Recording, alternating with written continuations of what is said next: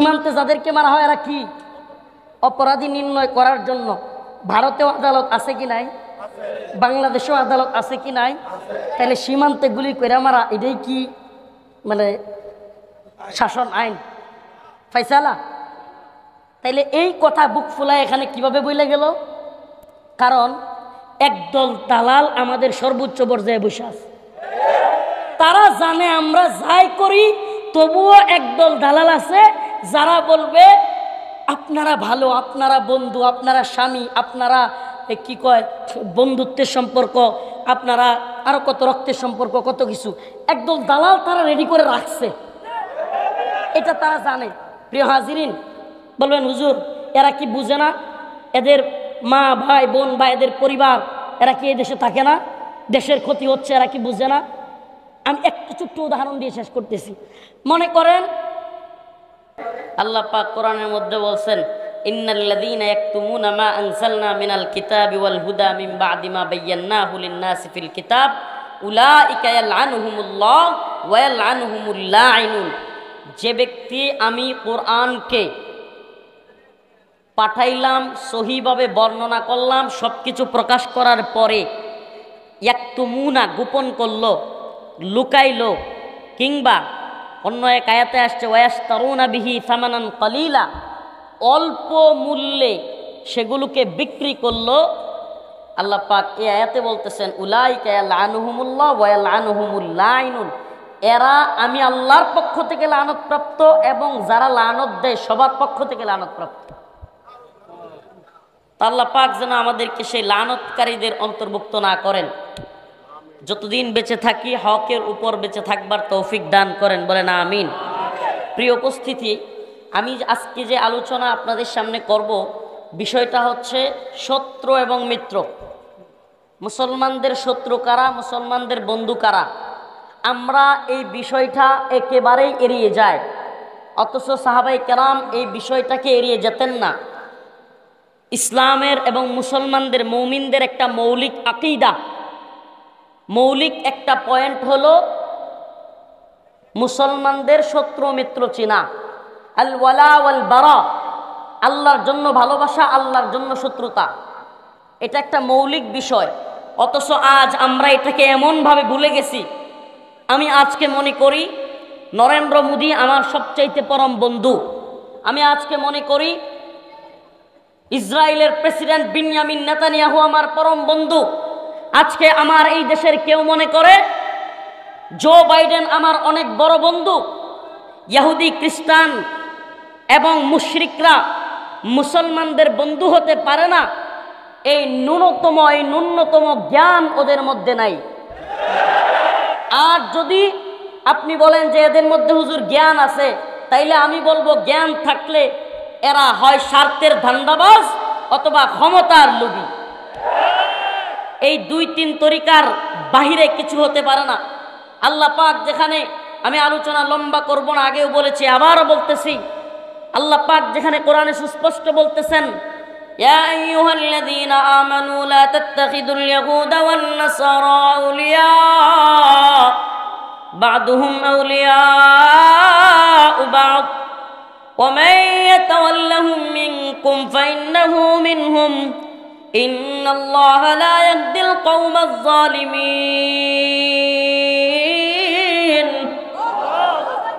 হে ঈমানদারগণ, আল্লাহ রাব্বুল আলামিন বলেন ইয়া আইয়ুহাল্লাযীনা আমানু, হে ঈমানদাররা, লা তাত্তাখিদুল ইয়াহুদা ওয়ান নাসারা আউলিয়া, তোমরা বানায়ো না ইহুদি এবং নাসারাদেরকে আউলিয়া, বন্ধু।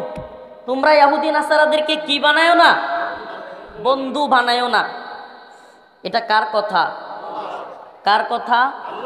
যদি আল্লাহর কথা হয় তাইলে আমাদের জন্য মানা কি ফরজ কিনা? কোরআনে আল্লাহ পাক কোনো বিষয় বললে, কোনো বিষয় বান্দাকে আদেশ করলে সেটা কি আমার আপনার জন্য মানা? প্রিয় হাজিরিন, আল্লাহ পাক বলতেছেন ইহুদি এবং খ্রিস্টানদেরকে তোমরা অন্তরঙ্গ বন্ধু বানায়ো না। আল্লাহ রাব্বুল আলামিন অন্য এক আয়াতের মধ্যে বলেন, খুব খেয়াল করে শুনবেন, সুবহানাল্লাহ। আল্লাহ পাক সেই কবে কোরআন নাজিল করেছেন রাসূলের কাছে, সেই 1450 বছর বা 1500 বছর প্রায় হয়ে গেছে। এত আগে কোরআন নাজিল করে আল্লাহ পাক আপনাকে আমাকে জানানোর জন্য রাসূল সাল্লাল্লাহু আলাইহি সাল্লামের কাছে বলে দিয়েছেন, লাতাজিদান্না আশাদ্দান নাসি আদাওয়াতাল লিল্লাযীনা আমানুল ইয়াহুদা ওয়াল্লাযীনা আশরাকু লাতাজিদান্না আশাদ্দান নাসি আদাওয়াতাল লিল্লাযীনা আমানুল ইয়াহুদ ওয়াল্লাযীনা আশরাকু।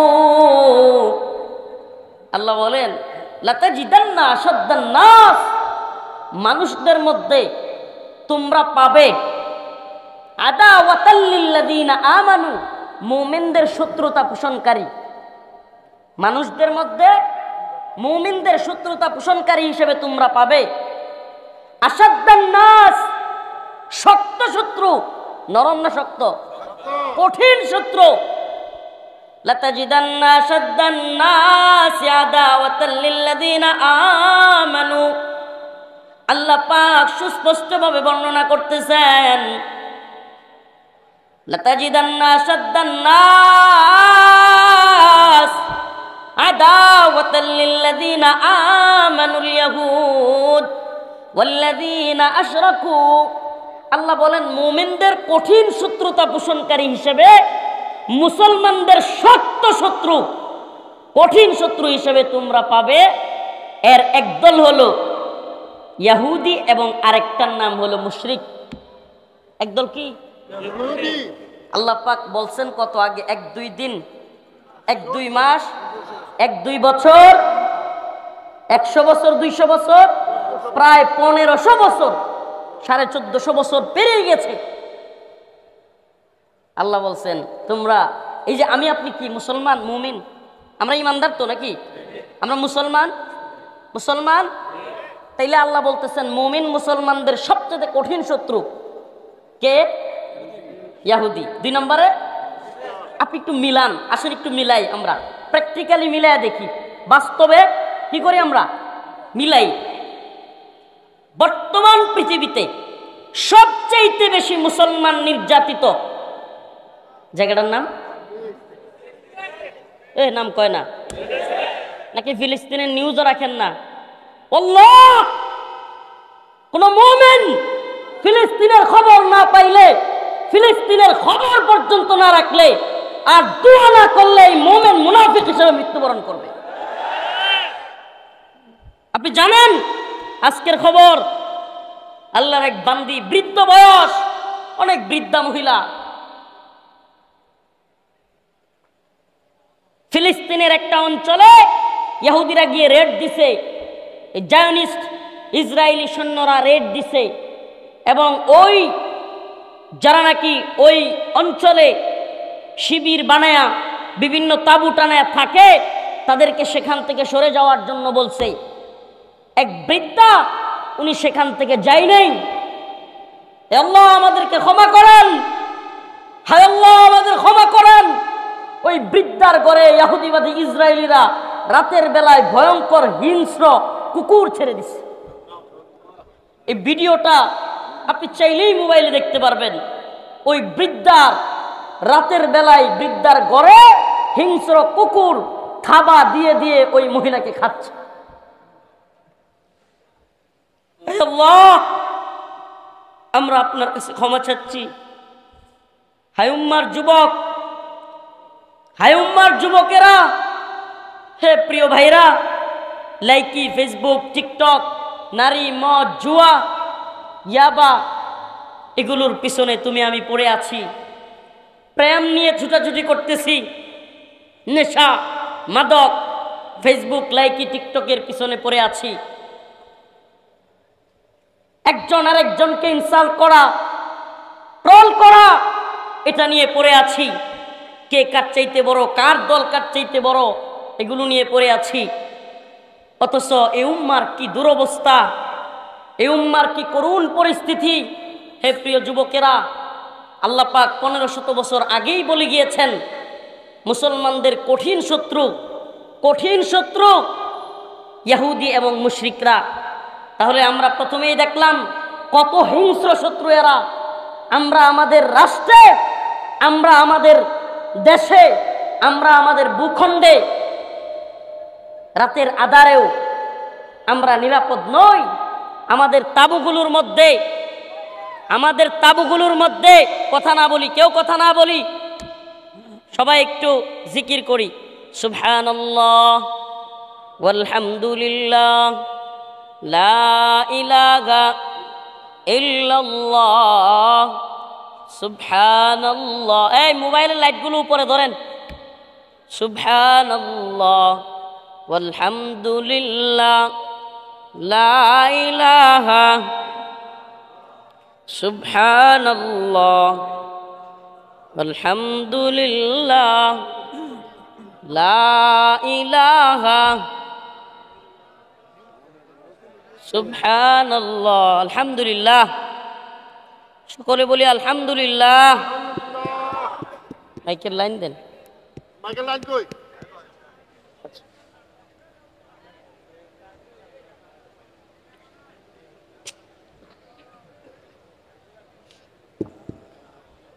তো বলতেছিলাম আল্লাহ রব্বুল আলামিন 1500 বছর আগে এই মুমিন মুসলমানদের কঠিন শত্রু কারা হবে সেটা জানায়া দিচ্ছেন। একদল হলো ইহুদি। ফিলিস্তিনে আজ বর্বরোচিত হামলা, যে ভয়াবহতার, যে নৃশংসতার কোনো ব্যাখ্যা হতে পারে না, কোনো কথা দিয়ে এটা বোঝানো সম্ভব না রে ভাই। আপনি বুঝেন, ছেলের সামনে মা থরথর করে বোমার আঘাতে, স্প্রিন্টারের আঘাতে মারা যাচ্ছে, মায়ের সামনে সন্তান ছটপট করে মারা যাচ্ছে, হসপিটালে নিয়ে যাওয়া শুরু করছে, সেখানে আরেকটা বোমা পড়ছে। কল্পনা করতে পারেন আপনার আমার সন্তান হইলে আমার অবস্থা, আপনার অবস্থা কি হইতো? একটু কি কল্পনা করেন? গদবাদা নিউজ শুনি আর আমরাও সেটাকে এটা তো হয়, আমাদের অবস্থা কি? এগুলো তো হইতেই আছে, শুয়ে গেছে। হুজুর চলে আসছে, আমি ছেড়ে দিই।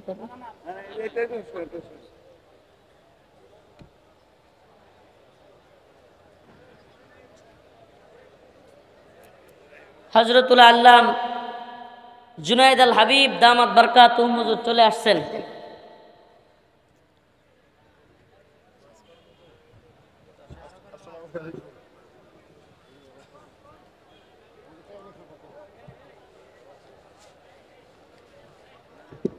প্রিয় ভাইরা আমার, আল্লাহ রাব্বুল আলামিন সেই 1500 বছর আগে আমাদেরকে শত্রু মিত্র জানায়া দিয়েছেন।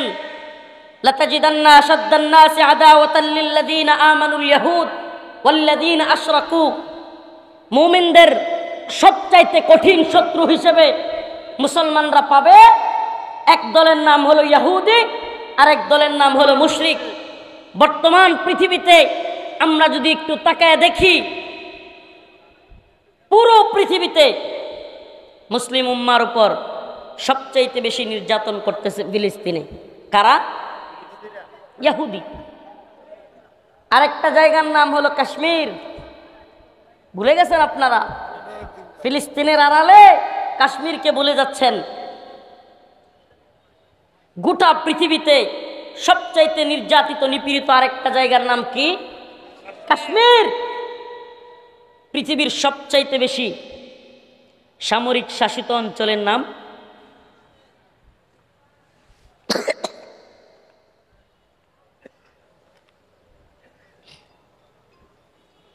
সবচাইতে বেশি সামরিক বাহিনী দিয়ে ভরপুর পৃথিবীর অঞ্চলটার নাম হলো কাশ্মীর। ওখানে কারা মুসলমানদেরকে নির্যাতন করতেছে? কারা? মুশরিক। তো আল্লাহ পাক 1500 বছর আগে বলেছেন, আল্লাহ রব্বুল আলামিন 1500 বছর আগে দুটা সম্প্রদায়ের নাম বলেছেন। মুমিনদের কঠিন শত্রু হিসেবে মুমিনরা যাদেরকে পাবে তাদের একটা হলো ইহুদি, আরেকটা হলো মুশরিক। আজকে আমরা মিলায় দেখি, পৃথিবীতে সবচাইতে বেশি মুসলমানদেরকে নির্যাতন করতেছে এর একটা জায়গা হলো ফিলিস্তিন, আর একটা জায়গা হলো কাশ্মীর। আর দুইটা জায়গাতে, একটাতে ইহুদিবাদী ইসরায়েল আর একটাতে মুশরিক হিন্দুত্ববাদী মুশরিক পৌত্তলিক শক্তি মুসলমানদেরকে কি করতেছে? নির্যাতন করতেছে। তো এখন আল্লাহ যে কোরআনে বলছেন, ইয়া আইয়ুহাল্লাযীনা আমানু লা তাত্তাখিযুল ইয়াহুদা ওয়ান নাসারা আউলিয়া, হে ঈমানদাররা তোমরা লা তাত্তাখিযুল ইয়াহুদা ওয়ান নাসারা আউলিয়া, তোমরা ইহুদি এবং খ্রিস্টানদেরকে কিংবা মুশরিকদেরকে বন্ধু বানায়ো না। আল্লাহ বলতেছেন ইহুদি খ্রিস্টান মুশরিকদেরকে বন্ধু বানায়ো না। ইহুদি খ্রিস্টান মুশরিকদেরকে বন্ধু বানালে কি হয়?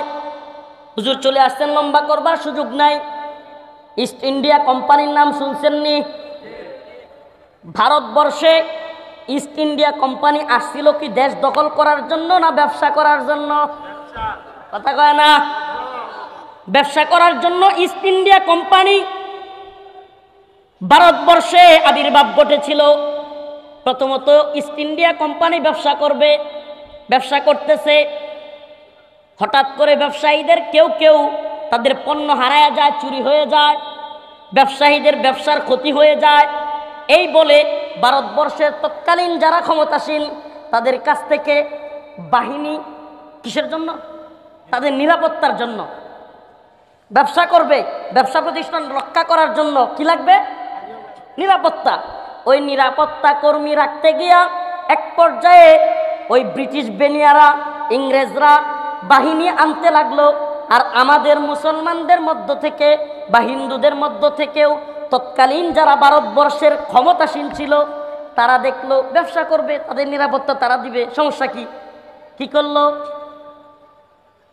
তাদেরকে বাহিনী আনতে দিল। বাহিনী আইসা কি করলো? ব্যবসায় করলো। নাকি যখন দেখলো কি রে, ভারতের যেই বাহিনী, এই বাহিনীর চাইতে তো আমগর বাহিনী শক্তিশালী, লর্ড রে মার। প্রিয় হাজিরিন, কথা লম্বা করবার সুযোগ নাই।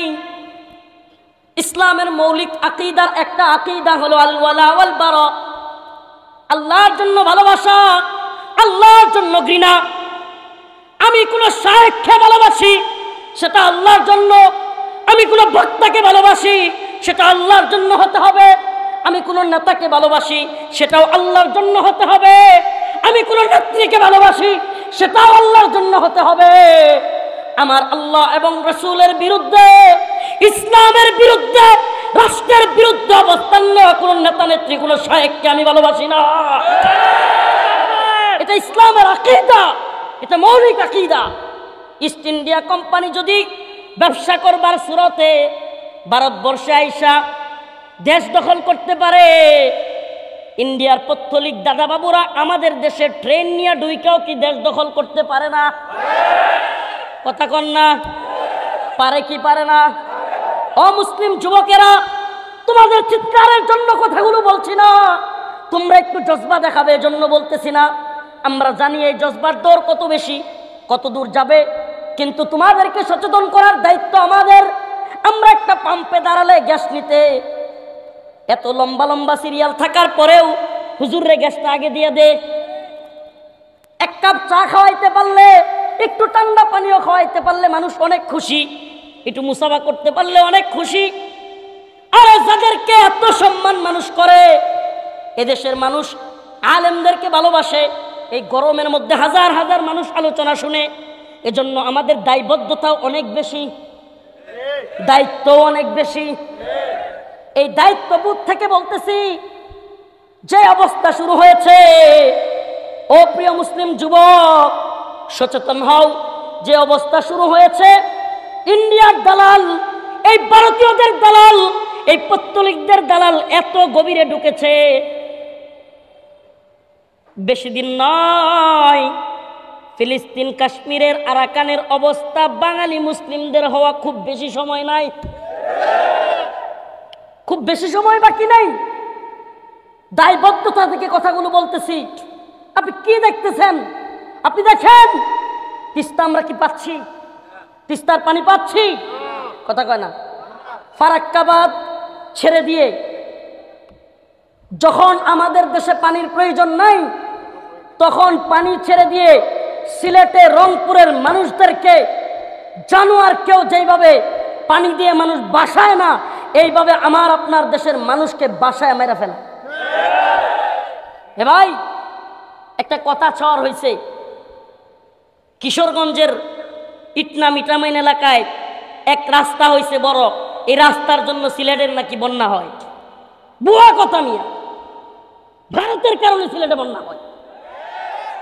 ওই কথা যাতে না ঘটে এজন্য ভারতের দালালরা এদেশে বসে বসে এই নিউজগুলো ভাইরাল করে। ভারতের কারণে সিলেটে, আরে ভাই আমাদের দেশে কোনো বৃষ্টিই নাই, এরপরে ভয়াবহ বন্যা। কথা কেন? খুব বেশি বৃষ্টি লাগে ভারত। সিলেটে যখন এইবার না অনেক বৃষ্টি হয়েছে, কিন্তু সিলেটে কয়েকবার বন্যা হয়ে গেছে। বাংলাদেশে খুব বৃষ্টি হয়েছিল, কেন হয়েছে? আমাদের যখন পানির দরকার নাই তখন আমাদেরকে পানি দিয়ে কি করে? বাসায় ফেলে। ও ভাই, কথাগুলো খুবই খতরনাক, খুবই বিপজ্জনক। আমরা জানি ভাই, খুবই বিপজ্জনক। নিজের লাইফের রিস্ক আছে, হাদিয়া তুফার জন্য, এই যশ খ্যাতির জন্য, কিংবা একটু স্লোগান মারবেন আল্লাহ, এজন্য এই কথাগুলো বলি না। কিন্তু এই জাতিকে সজাগ না করলে আল্লাহর কাছে ধরা খেয়ে যাব। যেহেতু এই মানুষগুলো আমাদের জন্য বসে থাকে, মানুষগুলো চায় আমাদের মুখ থেকে কিছু কথা শুনবে, সেই দায়বদ্ধতা থেকে, সেই দায়িত্ব থেকে, নাহলে আল্লাহ তো জিভ কেটে ফেলবে। এই জন্য কথাগুলো বলতেছি। আমাদের যখন দরকার নাই পানির, তখন আমাদেরকে পানি দিয়ে বাসায় ফেলে, মাইরা ফেলে। আর আমাদের জন্য পানির যখন হাহাকার, রংপুরের বিভিন্ন অঞ্চলের মুসলমান মানুষ, যখন রংপুরের মানুষেরা একটু পানির জন্য তাদের ক্ষেত চাষ করতে পারে না, তখন তিস্তার বাঁধ আটকায় দিয়া এই অঞ্চলটা মরুভূমি বানায় দেয়। এই তো বন্ধুত্বের নমুনা নাকি? এটা কি বন্ধুত্ব না প্রভুত্ব?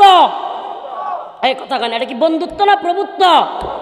হ্যাঁ, এটা তো দাস মনিবের সম্পর্ক, এটা বন্ধুত্বের সম্পর্ক না। প্রিয় হাজিরিন, আমরা কতদিন কথা বলতে পারবো, বা আসলেই কথা বলা সম্ভব হবে কিনা, এটা আল্লাহ পাকের ইচ্ছা। এই দুনিয়ার কোনো ক্ষমতাসীনদের পরোয়া করে, দুনিয়ার ক্ষমতাসীনরা কতটুকু বলতে দিবে, কতটুকু বলতে দিবে না, এ চিন্তা করে আল্লাহ কখনো কথা বলিনি। কারণ জেলখানায় যখন থেকে হাদিসটা দেখেছি, হাদিসে কুদসি আল্লাহ পাক বলেছেন, হে আমার বান্দা, শুনে রাখো, জেনে রাখো, যতদিন আমার ক্ষমতা আছে তোমরা পৃথিবীর কোনো ক্ষমতাসীনকে ভয় করো না। সুবহান, বিশ্বাস আছে তো? যতদিন আমার ক্ষমতা আছে, কে বলতেছেন? আল্লাহ বলতেছেন, যতদিন আমার ক্ষমতা আছে ততদিন তোমরা পৃথিবীর কোনো ক্ষমতাসীনকে কি করো না। এবং একথাও জেনে রাখো, আমার ক্ষমতা শেষ হবার নয়। সুবহানাল্লাহ। তাহলে আমরা কার ক্ষমতায় বিশ্বাসী? আল্লাহর ক্ষমতায় বিশ্বাসী হওয়ার কারণে এই কথাগুলো এখনো বলবার হিম্মত করি। কিন্তু মনে রাখবেন, ও জাতি, আপনারা যদি হুজুগেই থাকেন তাইলে খুব বেশি বলনেওয়ালা আর পাবেন না, খুব বেশি বলনেওয়ালা পাবেন না। বলনেওয়ালার সংখ্যাটা কমে যাবে, চুপসেওয়ালার সংখ্যাটা বেড়ে যাবে। মাঠ কাঁপানো অনেক কথা বলনেওয়ালা লোক একসময় চুপসে যেতে বাধ্য হবে। কারণ কি? দিন শেষে যখন দেখবে বারবার জেলে যাওয়া, রিমান্ডে যাওয়া, এমনকি কঠিন থেকে কঠিন পরিস্থিতির মুখে পড়া লাগে, তখন কয়জনই আর বলবার জন্য হিম্মত করবে? কথা বলেন। আপনি হুজুগে দুইটা লাভ দিয়ে বসে থাকবেন আর শত শত আলেমদেরকে কারাগারে নিয়ে যাবে, আপনার কোনো অ্যাক্টিভ থাকবেন না, অ্যাক্টিভিটিস থাকবে না আপনার, তখন আর কি হবে? অ্যাক্টিভিটি না থাকলে আলেমদেরকে নিয়ে গেলে কয়জন পাবেন? কয়দিন শেখুল হাদিস আল্লামা মামুনুল হক কথা বলবেন? কয়দিন আল্লামা জুনাইদ আল হাবিব কথা বলবেন? কয়দিন কথা বলবেন? মুফতি সাখাওয়াত হোসেন রাজি কয়দিন কথা বলতে পারবেন? প্রিয় ভাইরা আমার, এই উম্মার, এই জাতির জন্য যারা চিন্তা করে, যারা কথা বলে, এমন আলেমদেরকে সাপোর্ট দেওয়া, এমন আলেমদের দুর্দিনে বিপদে তাদের পাশে দাঁড়ানো আপনার আমার দায়িত্ব কিনা? এটাকে আলেমের ব্যক্তির জন্য, আলেমের ব্যক্তিগত কারণের জন্য, নাকি দ্বীনের জন্য? প্রিয় ভাইরা আমার, ঈমানের জন্য, ঈমানি ভাতৃত্ববোধ থেকে। ইন্নামাল মুমিনুনা ইখওয়া, মুমিন মুমিনের ভাই, সেখান থেকে আমাদেরকে দাঁড়াতে হবে। প্রিয় হাজিরিন, কথা লম্বা করবার সুযোগ নেই, শেষ কথা, শেষ দিকে চলে যাচ্ছি। আমাদেরকে তিস্তা ছেড়ে দিয়ে বন্যার পানিতে ভাসিয়ে দিবেন, সুরমা ছেড়ে দিয়ে বন্যার পানিতে ভাসিয়ে দিবেন, যখন পানির দরকার হবে দিবেন না। আমাদের সীমান্তে কাঁটাতারের বেড়ায় গুলি করে করে আমাদের ফেলানিকে মারবেন, আরও কত ফেলানি কতদিন মারা যাচ্ছে, সবগুলো নিউজ হয় না। বর্তমানে বাংলাদেশে সবচাইতে বেশি ভারতের দালাল যে সেক্টরটা, এটার নাম হলো মিডিয়া সেক্টর। বর্তমানে হিন্দুত্ববাদী ভারতের সবচাইতে বড় দালালটা হলো কোন সেক্টর? এই সেক্টর এত দালাল যে এরা রাসেল বাইপার ছেড়ে দিবে, বাংলাদেশে ট্রেন ঢুকায় দেবে। কথা বুঝেন? বুঝেন কথা? রাসেল বাইপার সাপ ঢুকায় দিছে। এটা কিন্তু ঢুকছে কই? দেশে না, মিডিয়ায়। কই ঢুকছে? এই মিডিয়াগুলোর ঘরে ঘরে, সময় টিভি, ৭১ এগুলোর ঘরে ঘরে ঢুকছে।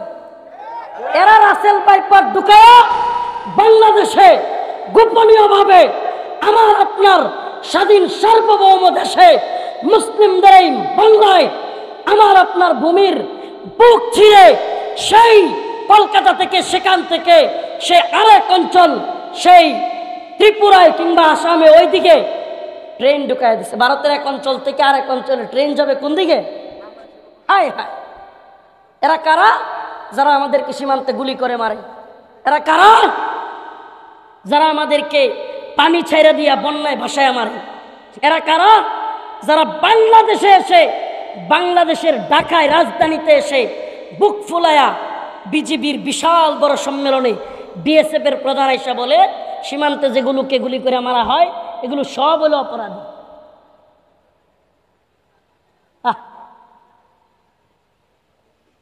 আমি কথা মনে, সীমান্তে যাদেরকে মারা হয় এরা কি?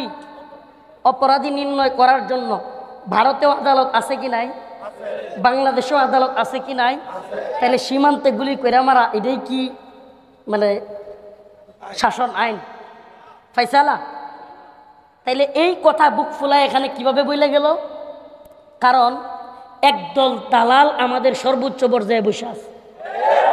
তারা জানে আমরা যাই করি, তবুও একদল দালাল আছে যারা বলবে আপনারা ভালো, আপনারা বন্ধু, আপনারা স্বামী, আপনারা কি কয় বন্ধুত্বের সম্পর্ক, আপনারা আরো কত রক্তের সম্পর্ক, কত কিছু। একদল দালাল তারা রেডি করে রাখছে, এটা তারা জানে। প্রিয় হাজিরিন, বলবেন হুজুর এরা কি বুঝে না? এদের মা ভাই বোন বা এদের পরিবার, এরা কি এই দেশে থাকে না? দেশের ক্ষতি হচ্ছে, এরা কি বুঝে না? আমি একটা ছোট্ট উদাহরণ দিয়ে শেষ করতেছি। মনে করেন একটা লোকের নাম আব্দুল মুমিন। নাম কি? সে যুবক বয়সে লেখাপড়া করছে, করার পরে তার একটা প্যানেল তৈরি হয়েছে কিনা, অনেক বন্ধু বান্ধব সার্কেল আছে কিনা। এরা একটা সময় বড় হয়েছে, বড় হওয়ার পরে যারা একসাথে বড় হয় প্রতিযোগিতা চলে কি চলে না? একজন আর একজনের চাইতে কে কাছে বড় হইলো, কার বেতন বেশি, কে ভালো স্ট্যাটাসে আছে, কে কার কাছে বেশি ফোন দেয়, আছে না নাই? যখন ওই আব্দুল মোমেন বা আব্দুল্লাহ দেখে হাইরি কি অবস্থা, আমার তো বিশাল শান শৌকত, আমার টাকা পয়সার অভাব নাই, আমার ব্যাংক ব্যালেন্সের অভাব নাই, আমার সব বন্ধু বান্ধবের কাছে আমি সম্মানিত, কথাটা বুঝেন? তখন এই লোক চিন্তা করে একটু দালালি করলে আর সমস্যাটা কি? আমি অনেক বুঝাইতে পারতেছি না আপনাদের। মানে দালালিটা কেন করে, চাটুকারিতা চামচামিটা কেন করে? কারণ হলো এই সমাজের অবক্ষয়, লম্বা করার সুযোগ নেই, আল্লাহ মাফ করুন, সামাজিক অবক্ষয় হয়ে গেছে। এটা কি? আজকে সব সেক্টরে দুর্নীতি, যে কারণে কে কাকে জবাবদিহিতা করবে। যখন একটা সাধারণ পাবলিক দেখায় আমিও তো জুলুম করি, আমিও তো দুর্নীতিবাজ, তখন সে ওই দেশের রাষ্ট্রীয়ভাবে যারা ক্ষমতায় আছে তাদেরকে জবাবদিহিতা করবার মতো নৈতিকভাবে সাহস রাখেন। আমি বুঝাইতে পারতেছি না মনে হয়। এজন্য চামচামিটা করে, চিন্তা করে ধর চামচামি চাটুকারিতা করেও যদি সম্মান থাকে, আরে চামচামি করার কারণে আমি আজকে এমপি, চামচামি করার কারণে আমি আজকে পুলিশের বড় কর্মকর্তা, চামচামি করার কারণে আমি আজকে বিশাল বড় সেনাবাহিনীর কর্মকর্তা।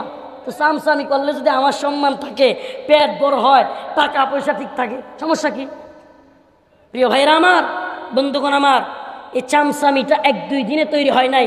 এই চামচামিটা সময় লাগছে, দীর্ঘ সময়ে এই চামচামির একটা সেক্টর তৈরি হয়েছে। এখন এরা চিন্তায় করে পকেট আর পেটের ধান্দা ঠিক রাখা। এজন্য আমার আপনার ভূমিতে ট্রেন ঢুকলো, সাপ ঢুকলো না গুইল ঢুকলো, আমাদের নেত্রকোনায় কয় গুইল ঢুকছে, কি ঢুকছে? গুইল ঢুকলো, এটা এদের দেখার দরকার নেই, এদের দেখার দরকার নেই। আমার আপনার রাষ্ট্রের স্বার্থ, আমার আপনার ইসলামের স্বার্থ দেখবার দায়িত্ব এখন এদের হাতে নেই। এখন আলেমরা কথা বলবে আর আলেমদেরকে ধরে ধরে রিমান্ডে নিবে, হঠাৎ করে জামিন কেটে দিবে, গ্রেফতারি পরোয়ানা জারি করে দিবে, অনেক কিছু হইতে পারে। আল্লাহ মাফ করুক, এগুলো চলতে থাকবে। ভয় ভয় গুড়ি ছেড়ে দেয়, নাটাই কার হাতে রাখে বুঝেন তো? গুড়ি কি করে? ছেড়ে দেয়, নাটাই একজনের হাতে রাখে, যে গুড়ি চালা। তো এখন আমাদের অবস্থা এমন হয়েছে, আমগরে তো ছাড়ছে ঠিকই, নাটাই কই একজনের নামে 10টা 15টা 20টা 30টা মামলা দিয়ে নাটাই তাদের হাতে। হাজিরা দিতে যাবেন অথবা যাবেন না, বিল কেটে দিবে, গ্রেফতারি পরোয়ানা জারি। কি করবেন আপনি আমি? অবস্থা এত ভয়াবহ। প্রিয় হাজিরিন ও প্রিয় উম্মাহ, প্রিয় জাতি, আল্লাহ আল্লাহ বিল্লাহ তাল্লাহ কসম আল্লাহ, এ জাতির আকাশে এক বিশাল বড় মেঘ জমা, এ জাতির উপর এক ভয়াবহ দানব বসে গেছে। এই বিপদ থেকে রক্ষা পেতে হলে প্রথমত আমাদেরকে গুনাহ ছেড়ে দিতে হবে, আল্লাহর কাছে তওবা করতে হবে। দ্বিতীয়ত দাওয়া এবং জিহাদের পথে আমাদেরকে আগাতে হবে। কোন পথে? তন্ত্রমন্ত্রের পথে নয়, তন্ত্রমন্ত্রের পথে নয়, দাওয়া এবং জিহাদের পথে আমাদেরকে আগাইতে হবে। যদি আমরা দাওয়া এবং জিহাদের পথে আগাইতে পারি, এই হিন্দুত্ববাদী এই দানবীয় শক্তির হাত থেকে আল্লাহ পাক আমাদেরকে মুক্তি দান করবেন। আমাদেরকে অবশ্যই শত্রু মিত্র চিনতে হবে, বন্ধু কারা শত্রু কারা আমাদেরকে অবশ্যই চিনতে হবে। আমাদেরকে এক বাক্যে আওয়াজ তুলতে হবে, বাংলাদেশের বুক দিয়ে ইন্ডিয়ার হিন্দুত্ববাদীদের ট্রেন চলতে দেওয়া হবে না। এই ট্রেন প্রয়োজনে রেললাইন উপড়ে ফেলা হবে, প্রয়োজনে পাথরগুলো খুলে ফেলা হবে, প্রয়োজনে রেললাইন অবরোধ করা হবে ইনশাআল্লাহ। বাংলার বুক দিয়ে ইন্ডিয়ার হিন্দুত্ববাদীদের রেলগাড়ি চলতে পারে। আল্লাহ পাক আমাদেরকে এই কথাগুলো বুঝবার এবং আমল করবার তৌফিক দান করুন। এই কথাগুলো শুধু শুনলেন তা নয়। হে যুব সমাজ, শেষ কথা বলে যাই, ঐক্যবদ্ধ হও। অমুক হুজুরকে পছন্দ করো, তমুক হুজুরকে করো না, গালাগালি আর ট্রল শুরু করছো মিয়া, তুমি মিয়া বুঝো না, উম্মার ফিকির তোমার মধ্যে নাই ভাই। বোঝার চেষ্টা করো, ঐক্যবদ্ধ হও, মুসলিমদের জাগরণ তৈরি করো, একে অপরকে বুঝাও। এই হিন্দুত্ববাদীদের চাইতে বড় কোনো শত্রু এ ভূখণ্ডের মুসলিমদের নাই। ইহুদিদের ওয়াজ আমরা করি, ফিলিস্তিনিদের ওয়াজ আমরা করি, বুকে দরদ আছে বলে, কিন্তু এ দেশে ইহুদিবাদীদের কোনো দালাল নাই, এত বড় পর্যায়ের দালাল নাই। এদেশে ইসরায়েলের কোনো দূষর নাই, আছে হিন্দুত্ববাদীদের দূষর, আছে আমেরিকানদের দূষর। এই হিন্দুত্ববাদীদের থাবা বর্তমান এই বাংলাদেশে ভয়াল থাবা। এই থাবা থেকে আমাদেরকে বাঁচতে হলে সচেতনতা প্রথম কাজ কি?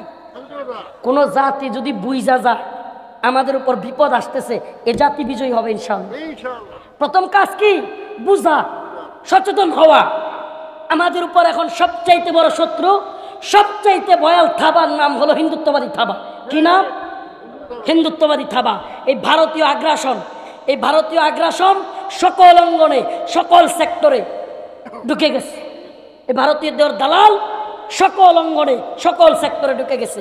আল্লাহ পাক এই দালাল বাটপারদের থেকে আমাদেরকে হেফাজত করুক, বলে না আমিন। ওয়া আখিরু দাওয়ানা আলহামদুলিল্লাহি রাব্বিল আলামিন।